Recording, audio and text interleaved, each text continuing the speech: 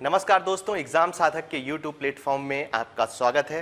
पिछली क्लास में हमने फंडामेंटल ड्यूटीज के बारे में बहुत सारी इंफॉर्मेशन आपको दी थी। उसके पहले वाली क्लास में हमने डीपीएसपी के बारे में काफी डिस्कस किया था और हम आपको ये बता दें कि हमारा कवर अप उसी तरह है जो एग्जाम के लिए महत्वपूर्ण है, ताकि एग्जाम में यदि कोई क्वेश्चन आए तो उस टॉपिक से किसी भी तरह का क्वेश्चन आपका गलत ना हो। इसी उद्देश्य के साथ आज की क्लास हम शुरू करते हैं और आज क्लास में हम क्या पढ़ने वाले हैं? सुप्रीम कोर्ट सर्वोच्च न्यायालय के बारे में पढ़ने वाले हैं। ये क्लासेस पूरी तरह से प्रीवियस ईयर क्वेश्चन पेपर को ध्यान में रखकर बनाई जाती हैं, उन्हीं को आधार बनाया जाता है, तब पूरी क्लास तैयार की जाती है। ये आपको याद रखना है, ठीक है।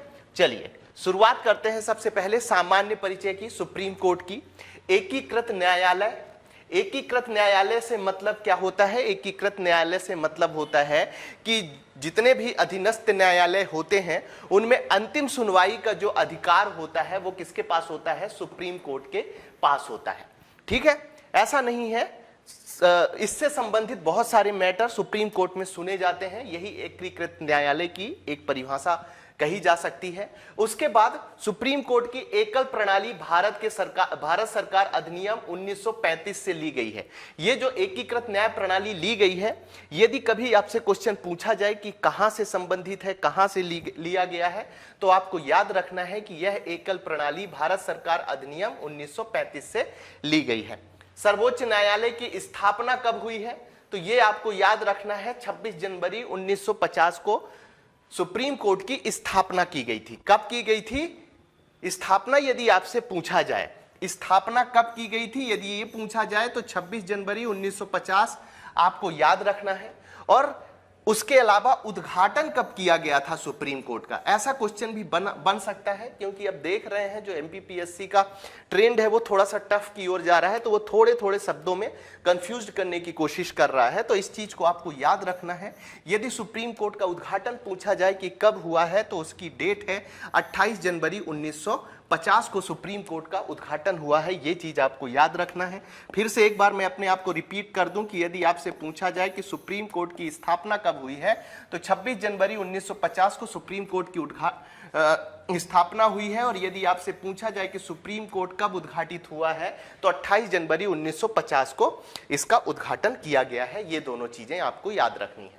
उसके बाद सर्वोच्च न्यायालय का संविधान में वर्णन कहां किया गया है, तो आपको भाग सहित याद रखना है। भाग 5 में अनुच्छेद 124 से लेकर 147 तक में सुप्रीम कोर्ट की चर्चा की गई है। किसकी चर्चा की गई है? संविधान में यदि आपसे कभी पूछा जाए कि सुप्रीम कोर्ट किस अनुच्छेद से किस अनुच्छेद तक है, तो आपको याद रखना है अनुच्छेद 124 से लेकर 147 तक है।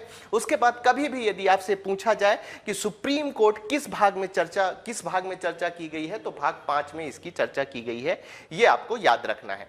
न्यायाधीशों की वर्तमान समय में संख्या कितनी है सुप्रीम कोर्ट में? यह क्वेश्चन भी बिल्कुल पूछा जा सकता है कि न्यायाधीशों की संख्या सुप्रीम कोर्ट में, टोटल न्यायाधीशों की संख्या कितनी है? टोटल न्यायाधीशों की संख्या कितनी है? 34 है। ये याद रखना है। 34 में एक मुख्य न्यायाधीश है और 33 अन्य न्यायाधीश हैं। जो टोटल संख्या है उनमें क्या क्या क्या बताया गया है? एक मुख्य न्यायाधीश बताया गया है और 33 अन्य न्यायाधीश इसके अंतर्गत शामिल किए गए हैं। तो सामान्य परिचय से इस तरह के क्वेश्चन पूछे जा सकते हैं। उतनी जानकारी मैंने आपको अवेलेबल करा दी है। आगे बढ़ते हैं और बात करते हैं कि मुख्य न्यायाधीश की नियुक्ति कैसे की जाती है। पहले उस पर नजर डालेंगे, उसके बाद न्यायाधीशों की नियुक्ति कैसे की जाती है उसकी चर्चा करेंगे। तो मुख्य न्यायाधीश की नियुक्ति राष्ट्रपति द्वारा सर्वोच्च न्यायालय के एवं उच्च न्यायालय के ऐसे न्यायाधीशों से परामर्श करके जिन्हें राष्ट्रपति इस प्रयोजन हेतु आवश्यक समझे। मतलब जब मुख्य न्यायाधीश की नियुक्ति की जाती है तो सुप्रीम कोर्ट के जो न्यायाधीश हैं उनकी मदद लेगा। कौन लेगा मदद? तो राष्ट्रपति मदद लेगा। हाई कोर्ट के कुछ न्यायाधीश जो कौन चाहेगा? जो राष्ट्रपति चाहेगा कि साहब इनसे पूछ के हमें भारत का मुख्य न्यायाधीश डिसाइड करना है, मुख्य न्यायाधीश बनाना है। तो नियुक्ति किसके द्वारा की जाएगी? यदि सीधा क्वेश्चन आता है तो किसके द्वारा की जाएगी? राष्ट्रपति के द्वारा मुख्य न्यायाधीश की नियुक्ति की जाएगी। और यदि क्वेश्चन में जैसे स्टेटमेंट वाले क्वेश्चन इस समय ज्यादा आते हैं और यदि कहा जाए कि उसमें केवल सर्वोच्च न्यायालय के न्यायाधीश राष्ट्रपति को राष्ट्रपति को परामर्श करते हैं। तो ये स्टेटमेंट गलत हो जाएगा, क्योंकि यहां पर सुप्रीम न्यायालय के अलावा उच्च न्यायालय के न्यायाधीश भी परामर्श करते हैं। मुख्य न्यायाधीश की नियुक्ति करते समय किसको परामर्श करते हैं? तो आपको याद रखना है, राष्ट्रपति को परामर्श करते हैं। ठीक है, तो केवल सुप्रीम कोर्ट के, क्योंकि ये थोड़ा सा धोखा देने वाला यहां पर क्वेश्चन आपसे पूछा जा सकता है, हो सकता है आप कंफ्यूज्ड हो जाएं, तो आपको कंफ्यूज नहीं होना है, ये चीज याद रखनी है। ठीक है, चलिए आगे बढ़ते हैं। सर्वोच्च न्यायालय के न्यायाधीशों की नियुक्ति भी इसी तरह होती है। इसमें मुख्य न्यायाधीश का परामर्श आवश्यक होता है।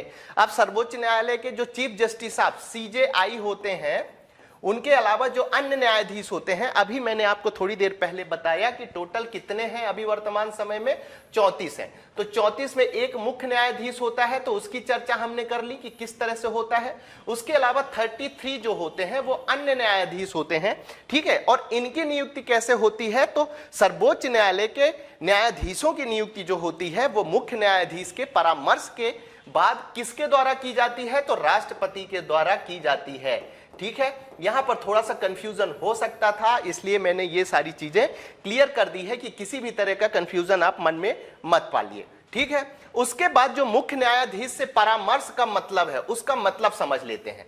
यहां पर जो अन्य सुप्रीम कोर्ट के न्यायाधीशों की नियुक्ति की जाती है, उसमें साफ शब्दों में लिखा हुआ है कि सर्वोच्च न्यायालय के मुख्य न्यायाधीश से परामर्श किया जाता है। ये देखिए यहां पर आपको दिखाई दे रहा होगा कि मुख्य न्यायाधीश का परामर्श किया जाता है। ठीक है, तो मुख्य न्यायाधीश का परामर्श से मतलब केवल CJI से नहीं है, मतलब चीफ जस्टिस ऑफ इंडिया से केवल नहीं है। मुख्य न्यायाधीश से परामर्श से इसका मतलब है कि मुख्य न्यायाधीश के साथ सुप्रीम कोर्ट के 4 अन्य वरिष्ठ न्यायाधीशों का एक कॉलिजियम होता है।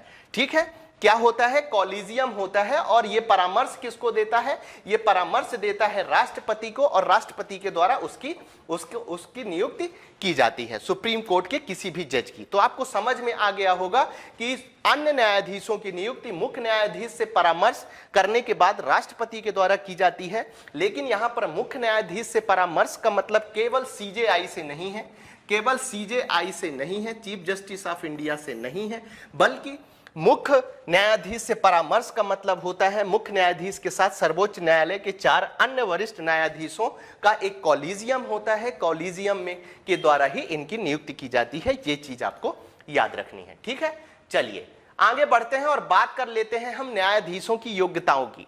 न्यायाधीशों की योग्यताओं का मतलब यहां पर क्या है? चीफ जस्टिस ऑफ इंडिया भी उसके अंतर्गत सम्मिलित है, और जो अन्य न्यायाधीश हैं वो भी इसके अंतर्गत शामिल किए गए हैं। सभी की योग्यता होनी जरूरी है। कौन कौन सी योग्यता होनी चाहिए? तो सबसे पहले भारत का नागरिक होना चाहिए।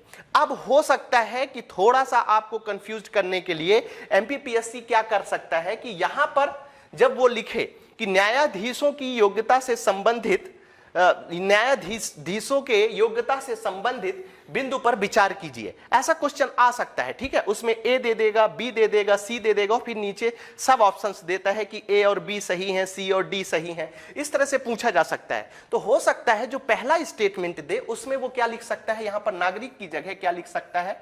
व्यक्ति लिख सकता है। ठीक है, क्या लिख सकता है कि भारत का व्यक्ति होना जरूरी है, होना चाहिए। तो यहां पर आपको अपने दिमाग में किसी भी तरह का कंफ्यूजन नहीं रखना है।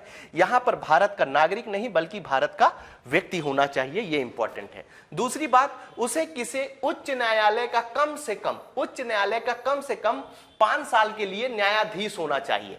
अब यहां पर दूसरा कंफ्यूजन आपके दिमाग में क्या डाल सकता है?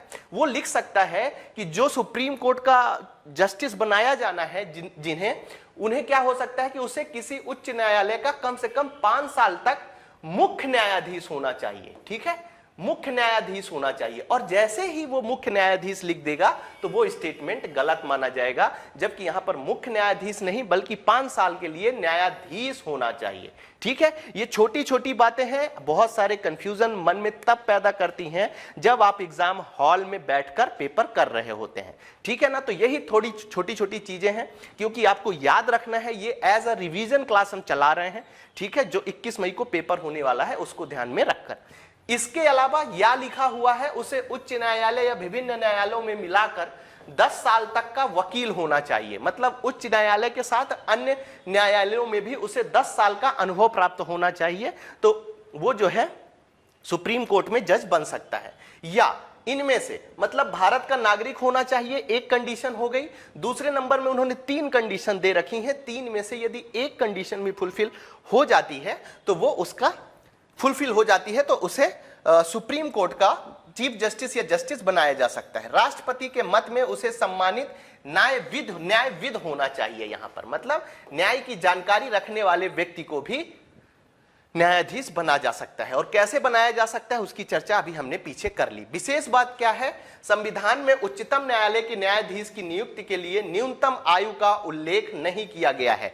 अब यहां पर फिर से कंफ्यूजन पैदा करने के लिए आपको क्या स्टेटमेंट दिया जा सकता है एमपीपीएससी में, और पिछले 2-3 साल से आप देखेंगे तो 2-3 क्वेश्चन आपको जरूर ऐसे देखने को मिलेंगे जो स्टेटमेंट वाले रहते हैं, खासकर राज व्यवस्था से। और उन स्टेटमेंट में 1-2 स्टेटमेंट ऐसे रहते हैं जो आपके मन में कंफ्यूजन पैदा करते हैं। और वो कंफ्यूजन आप कितना भी पढ़ लीजिए, यदि ध्यान देके छोटी छोटी चीजों को ध्यान में रख के नहीं पढ़ेंगे, और पढ़ते समय आपको ये याद होना चाहिए कि कहीं संसद की जगह में राष्ट्रपति तो नहीं है, कहीं राष्ट्रपति की जगह में संसद तो नहीं है, संसद की जगह में कहीं विधानसभा तो नहीं है, नागरिक की जगह में कहीं व्यक्ति तो नहीं है। ठीक है, अब न्यूनतम आयु का उल्लेख नहीं है। अब यहां पर स्टेटमेंट क्या लिख सकता है कि संविधान में उच्चतम न्यायालय के न्यायाधीश की नियुक्ति के लिए न्यूनतम आयु का उल्लेख है। वो नहीं की जगह क्या कर सकता है लिख सकता है। ये जो नहीं शब्द है इसको वो हटा सकता है। तो इस तरह से देखा जाएगा तो ये स्टेटमेंट भी गलत होगा। ठीक है, यही 2-3-4 क्वेश्चन होते हैं जो आपको एग्जामिनेशन से बाहर कर सकते हैं,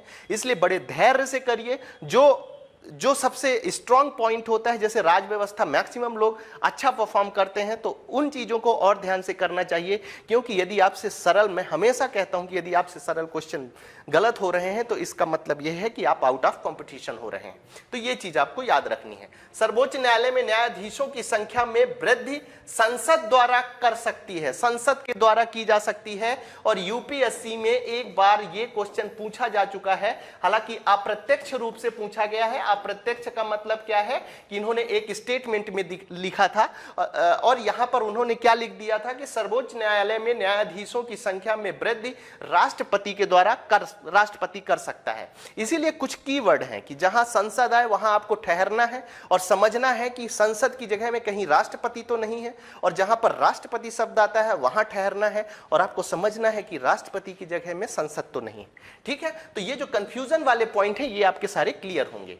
ठीक है, चलिए शपथ की बात कर लेते हैं। शपथ कौन कराता है? तो सीधी सी बात है कि राष्ट्रपति या इस कार्य के लिए उसके द्वारा नियुक्त व्यक्ति, या तो राष्ट्रपति के द्वारा शपथ कराई जाएगी, चीफ जस्टिस की और अन्य न्यायाधीशों की। और यदि राष्ट्रपति नहीं है तो राष्ट्रपति की जगह पर जो राष्ट्रपति के द्वारा जिस व्यक्ति को कहा जाएगा, जिस व्यक्ति को आदेशित किया जाएगा कि आप जाकर शपथ ग्रहण करवाइए, तो वो शपथ कहलाएगा। अब बात कर लेते हैं कार्यकाल की। तो उच्चतम न्यायालय के न्यायाधीशों का कार्यकाल संविधान में नहीं है।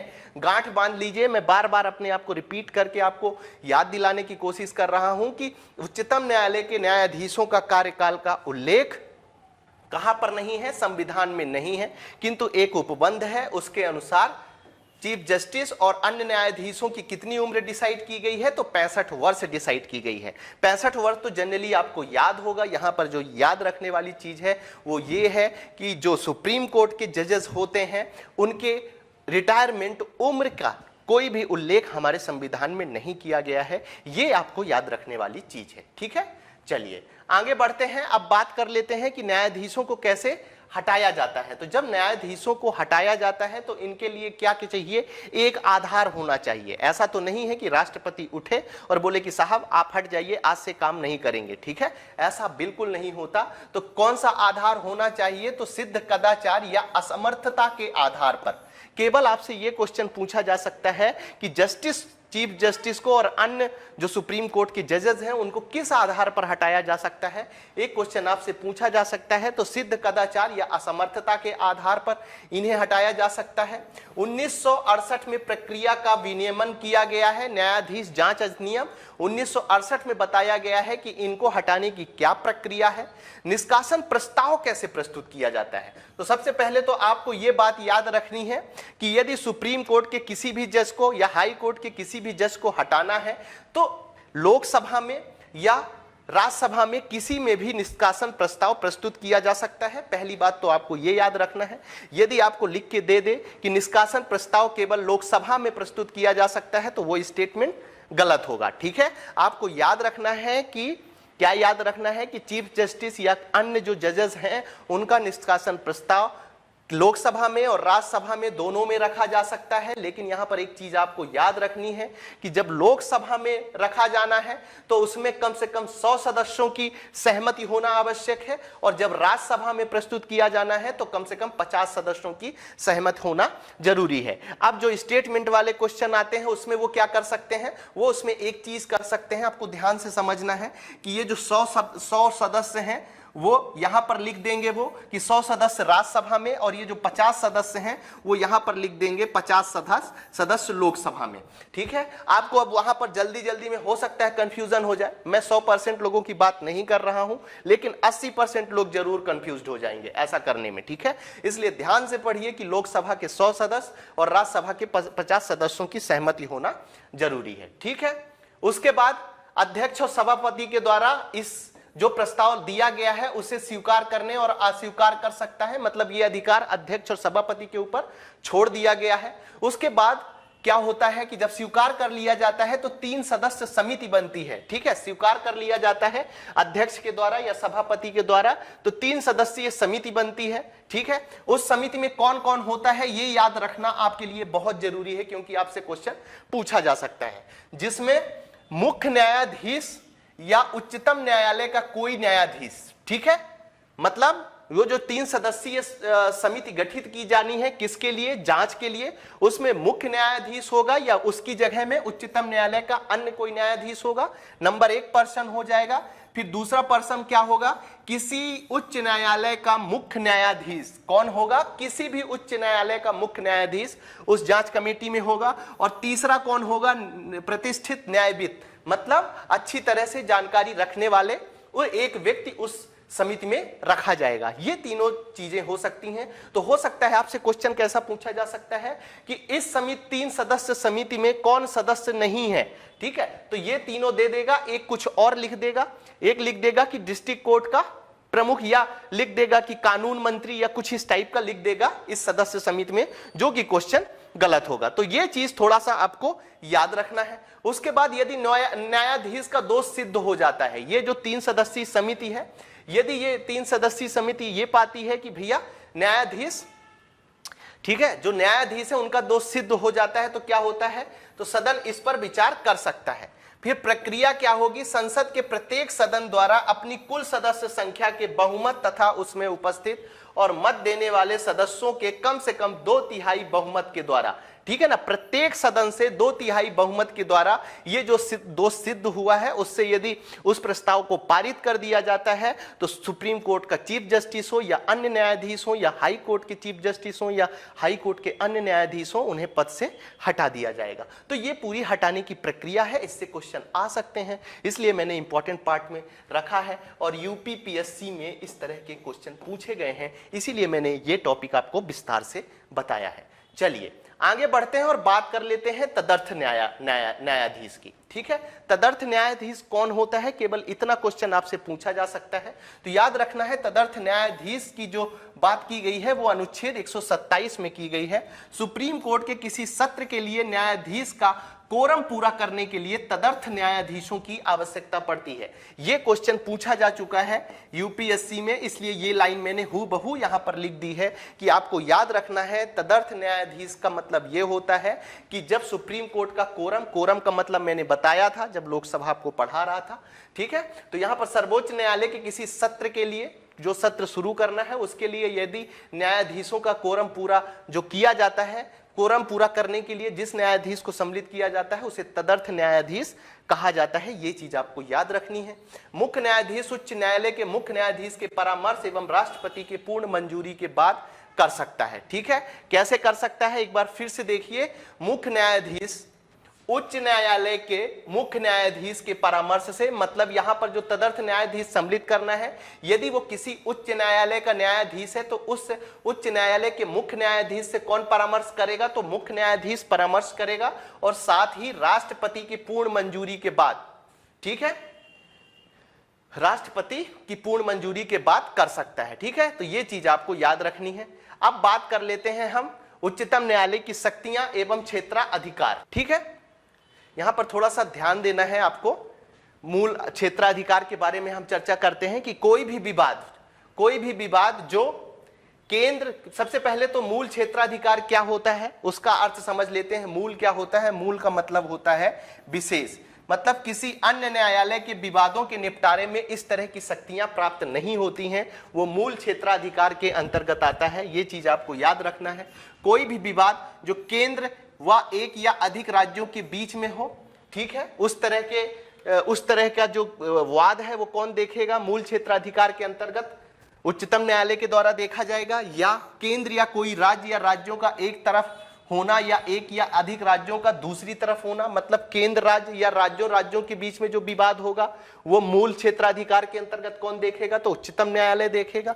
दो या अधिक राज्यों के बीच में, दो से अधिक राज्यों के बीच में यदि किसी तरह का विवाद होता है तो ये मूल क्षेत्राधिकार के अंतर्गत आएगा। कौन देखेगा? तो उच्चतम न्यायालय देखेगा। और ये मैंने बता ही दिया है कि मूल या विशेष का मतलब क्या होता है, इस चीज को आपको याद रखना है। ठीक है, चलिए आगे बढ़ते हैं और बात करते हैं न्यायाधीश क्षेत्राधिकार की। न्यायाधीश क्षेत्राधिकार का मतलब क्या होता है कि नागरिकों के मूल अधिकारों की रक्षा की जो गारंटर के रूप में स्थापित किया गया है, किसको? सुप्रीम कोर्ट को।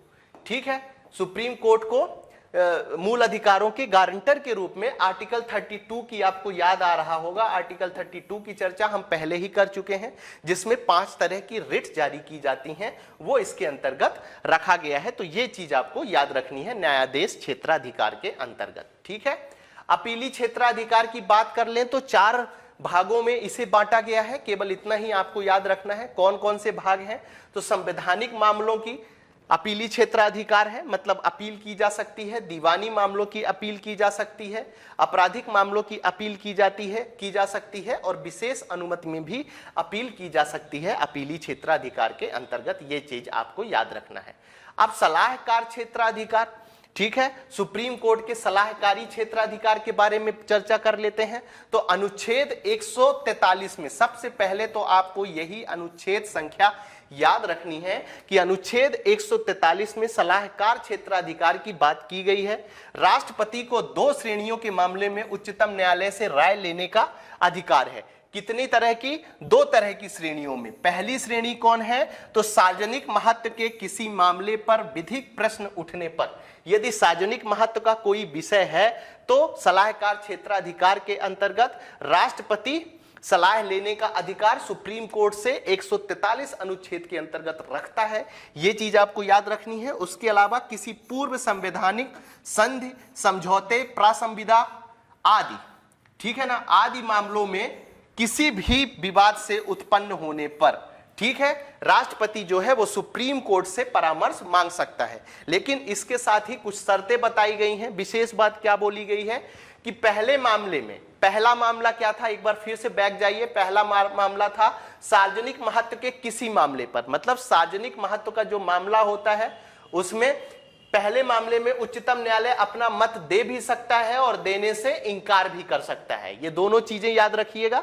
ठीक है, पहले मामले में सुप्रीम कोर्ट जो है अपना मत दे भी सकता है, जो सार्वजनिक हित से संबंधित मामला है उसमें दे भी सकता है और इनकार भी कर सकता है। लेकिन जो दूसरा मामला है, समझौते से, संधि से संबंधित मामला है, उसमें उच्चतम न्यायालय द्वारा राष्ट्रपति को अपना मत देना अनिवार्य है। विशेष बात है, हो सकता है आपसे स्टेटमेंट इसी तरह का दे दे, वहां पर लिख दे कि सार्वजनिक महत्व के मामले में उच्चतम न्यायालय को राष्ट्रपति को अपना मत देना अनिवार्य है। ऐसा स्टेटमेंट लिख के वो आपका कंफ्यूजन बढ़ा सकते हैं। इसलिए मैं आपसे काइंडली रिक्वेस्ट करता हूं, ये छोटी छोटी चीजें हैं लेकिन बड़े ध्यान से सुनिए। दोनों ही मामलों में उच्चतम न्यायालय का मत सिर्फ सलाहकार ही होता है। इसका क्या मतलब हुआ? इसका सीधा सा मतलब यह हुआ कि उच्चतम न्यायालय के लिए तो सलाह देना अनिवार्य है दूसरे मामले में, संधि और समझौते वाले में, लेकिन जो सुप्रीम कोर्ट सलाह देगा वो राष्ट्रपति माने ऐसा अनिवार्य नहीं है। ये जो अंतिम लाइन है उसका मतलब यही है। ठीक है, चीजें क्लियर है। चलिए आगे बढ़ते हैं, बात करते हैं अभिलेख न्यायालय की। अभिलेख न्यायालय की सबसे पहले तो आपको यही याद रखना है कि अभिलेख न्यायालय की व्याख्या किस अनुच्छेद के अंतर्गत की गई हैं, तो आपको याद रखना है अनुच्छेद 129 के अंतर्गत की गई है। ठीक है, अभिलेख न्यायालय की व्याख्या अनुच्छेद किस अनुच्छेद के अंतर्गत की गई है, यदि आपसे पूछा जाए तो अनुच्छेद 129 के अंतर्गत की गई है। इसके अंतर्गत 2 शक्तियां शामिल की गई हैं। कौन कौन सी शक्तियां, किसके अंतर्गत, अभिलेख न्यायालय के अंतर्गत 2 शक्तियां शामिल की गई हैं।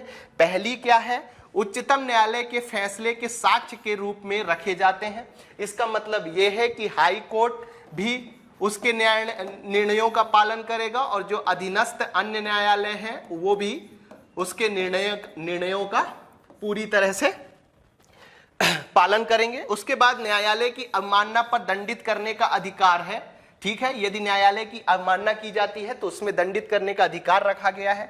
इसमें 6 वर्ष के लिए सामान्य जेल या 2000 रुपए तक का अर्थदंड, दोनों या 2 में से एक दिया जा सकता है। ठीक है, तो ये चीजें आपको याद रखनी है।